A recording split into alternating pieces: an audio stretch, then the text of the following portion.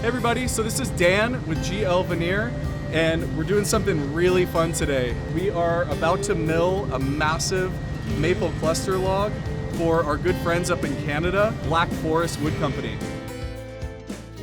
We became friends with Black Forest a few years ago. We got introduced through social media, our interests aligned, and we finally got the boys down here to see our inventory and look at our slabs, and the rest is history. We've been supplying Black Forest with slabs for the past few years, and they make some of the most incredible pieces that we see in the live edge product. This particular log came from Oregon. Black Forest found it in their own hunting. It's an extremely rare size. Not many people would cut this. You wouldn't see it cut in a lumber mill or a sawmill. It would be pushed aside and used for something else, maybe veneer. Mills this size are really hard to come by. With a bar over 10 feet wide and a log over 9 feet wide, it just fits perfectly. What we're planning to do with this log is cut 4-inch slabs from the top to the bottom, getting every single burly, pretty piece for Black Forest to use for their pours and tabletops. Once we mill the log, we will air dry it for the proper amount of time, probably 2+ years minimum, and then we'll throw it in the kiln and finish it off and get it nice and dry.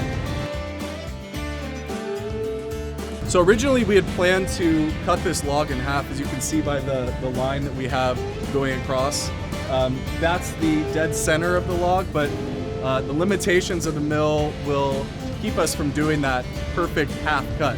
What we're gonna do is take enough off the top to be able to get a flat surface and flip that over and start taking off the little pieces bit by bit. I think that'll lay flat. Get a nice flat surface there. This could be my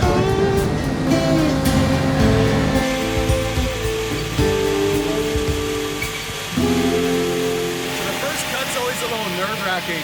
We never know how the saw is going to react, what the wood's going to do when the chainsaw hits the wood. We have a brand new chain on there. We're going to be using all new chains.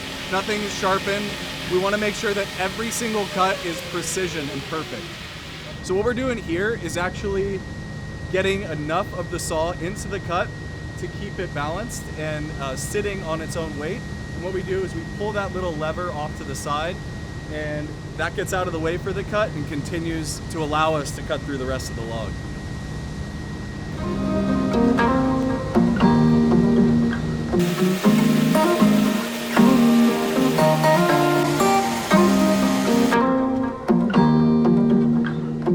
So as we're making our way through the cut, there's a kerf of the chainsaw that's about 3/8 inch thick. What we have to do is nail wedges into the wood to make sure and raise that cut up enough so that the chainsaw can move smoothly through the cut.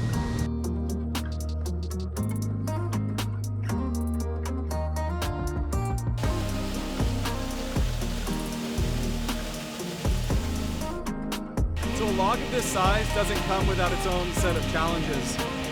When we brought the log in, it had a thick layer of mud and dirt and rocks, things that would tear apart our chains and make it almost impossible to cut. Our logger friend, John Rodius, helped us trim off that dirty part on the edge to allow our chainsaw to enter the cut smoothly each time. We keep every single chunk, and trust me, Black Forest, we won't leave anything behind. We're gonna ship everything to you guys, even the dirty parts. It's all coming your way.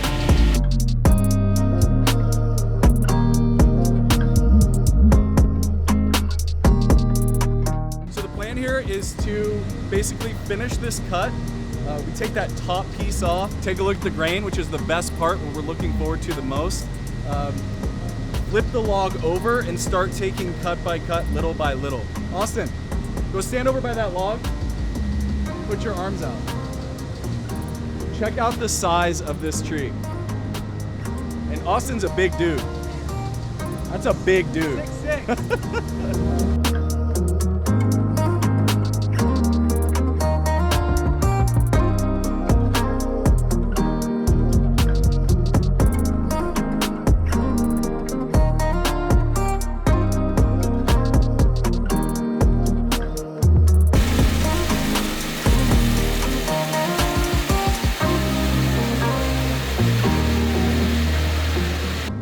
most exciting part for us, being able to take off that first cut.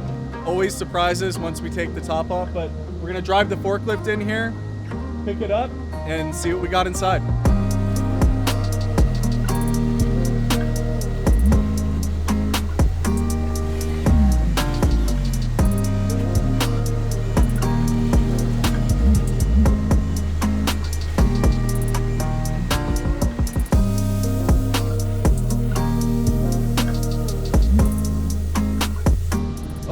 Oh, yes.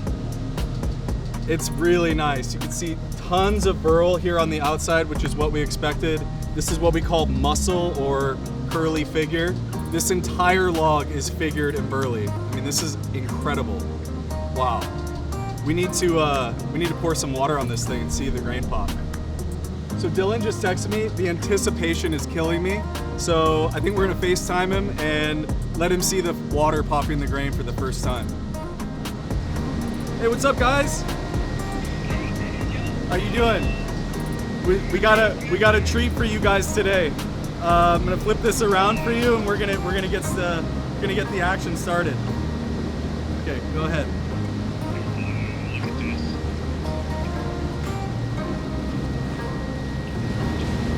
You guys picked a stunner. Look at that. What's wrong with that log edge? I don't know, it's got all these squiggly lines and figure in it. What the heck is that? Oh, God, Look at that. Look at the burl in this thing. jeez, yep, look at that edge. Isn't that something? This is an incredible piece, and it's actually perfect for you. It's like this log was made for you guys, or grown for you, I should say. All right, boys, talk to you soon. Thanks, bye. So one cool thing we do want to mention is, number one, the outside of the log that you see here, all the really sharp pins are what create the burl grain. So what we're gonna do is pour a little water. That's basically what is formed on the inside from these sharp outside edges. Black Forest is unique in that they get to use these edges in their pieces. They can encapsulate them in resin and really showcase the intensity of the outside edge of the tree, where you would never, ever get to see that done because they're so dangerous and sharp.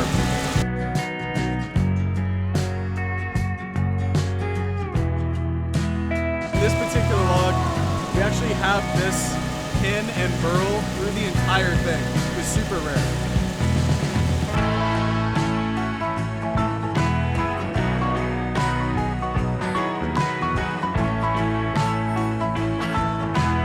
So we're making our way into the second cut here. We're cutting the slabs 4 inches thick, which is a little thicker than our conventional thickness.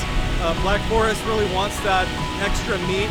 What we're gonna see here on these cuts is more of a bell shape style slab. Not really a typical dining table shape, but what Black Forest will do is fill that negative space with their resin and enable that to be whatever shape they want.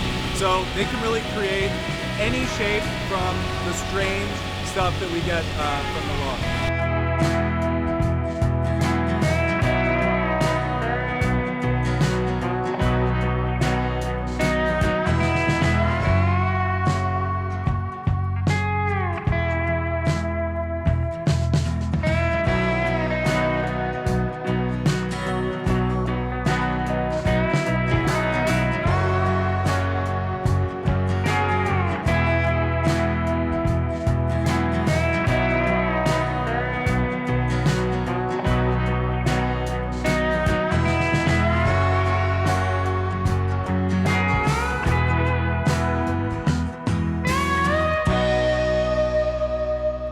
So we're not going to be able to show you the full cutting of the log. It's going to take us a few days to get done. Once we're done, we're going to put the slabs on sticks. It's going to air dry for a couple years at least, and then we'll throw it in the kiln over there. What Black Forest is doing here is basically making a large investment over a long period of time with us. Means a lot. It's not lost on us that this relationship is sound enough that we can work together for the next 2-3 years and beyond. So we're super excited to see what kind of incredible finished pieces they develop from this tree.